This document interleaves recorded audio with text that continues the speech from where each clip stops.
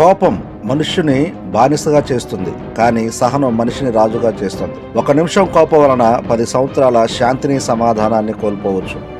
నిజమైన బలవంతుడు శత్రువును గెలిచేవాడు కాదు, తన కోపాన్ని గెలిచేవాడే.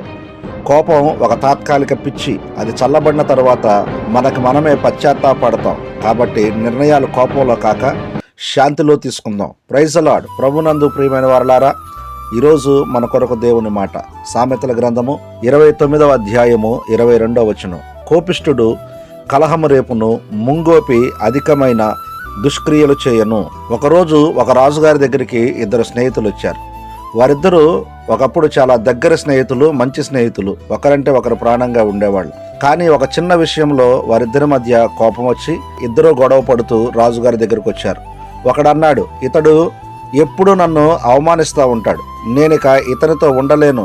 రెండోవాడు అన్నాడు, ఇతనితో కలవడం వలన నాకు సమాధానం, శాంతి లేకుండా పోయినాయి, అసలు నేను ఇతనితో ఉండను.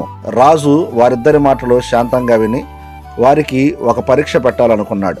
రాజు వారికి ఒక్కొక్క చిన్న దీపాలు ఇచ్చి రాత్రి సమయంలో అడవిలో నడవమని చెప్పాడు. ఈ దీపం వెలుగులో మీరు సురక్షితంగా దారిని చూసుకుంటూ నడవాలి అని అన్నారు. వారిద్దరూ దీపం వెలిగించి ఒకే దారిలో నడవటం మొదలుపెట్టారు. మొదట్లో బాగానే నడిచారు, కానీ కొంత దూరం వెళ్ళాక మళ్ళీ చిన్న మాటతో గొడవ మొదలైంది. మొదటి స్నేహితుడు అన్నాడు కోపంగా, నీకోసం నేను దీపం పట్టుకోవాలా, నీతో నడవటం ఇష్టం లేదు అని కోపంతో తన దీపాన్ని ఆర్పేశాడు.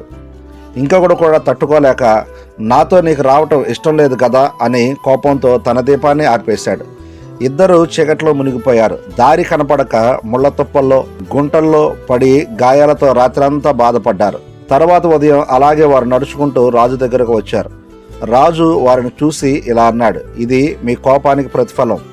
మీరు ఒకరిపై ఒకరు కోపం చూపించుకొని మీ దీపాలను ఆర్పేశారు. దాంతో మీకే చీకటి వచ్చింది, గాయాల పాలయ్యారు. కోపం అంటే మనలోని వెలుగును ఆర్పేసినట్టే. శాంతి, సహనం అంటే మనలో దీపాన్ని వెలిగించినట్లే. ఆ మాటలు వారి హృదయాలను తాకాయి. వారు ఒకరినొకరు క్షమించుకొని మరలా తిరిగి స్నేహితులయ్యారు. కోపం మన జీవితంలో వెలుగును ఆర్పేస్తుంది, శాంతి మన మార్గాన్ని ప్రకాశింపజేస్తుంది. కోపంలో మాట్లాడిన ఒక మాట మనల్ని గాయపరుస్తుంది, కానీ సహనంతో మాట్లాడిన మాట మనల్ని నిలబెడుతుంది. కోపం మనుషుని బానిసగా చేస్తుంది. క్షమించగలిగిన హృదయం మనిషిని పరలోకానికి దగ్గరగా చేస్తుంది. కోపంతో మునిగిపోయిన హృదయం నరకానికి దగ్గరవుతుంది. కోపాన్ని ప్రార్థనతో, వాక్యముతో అదుపులో పెట్టుకున్నవారు జీవితంలో గొప్ప సాక్షులుగా కనబడతారు.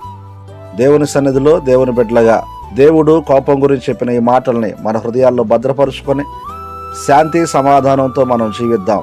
దేవుడు అట్టి కృపని మనకు అనుగ్రహించునుగాక.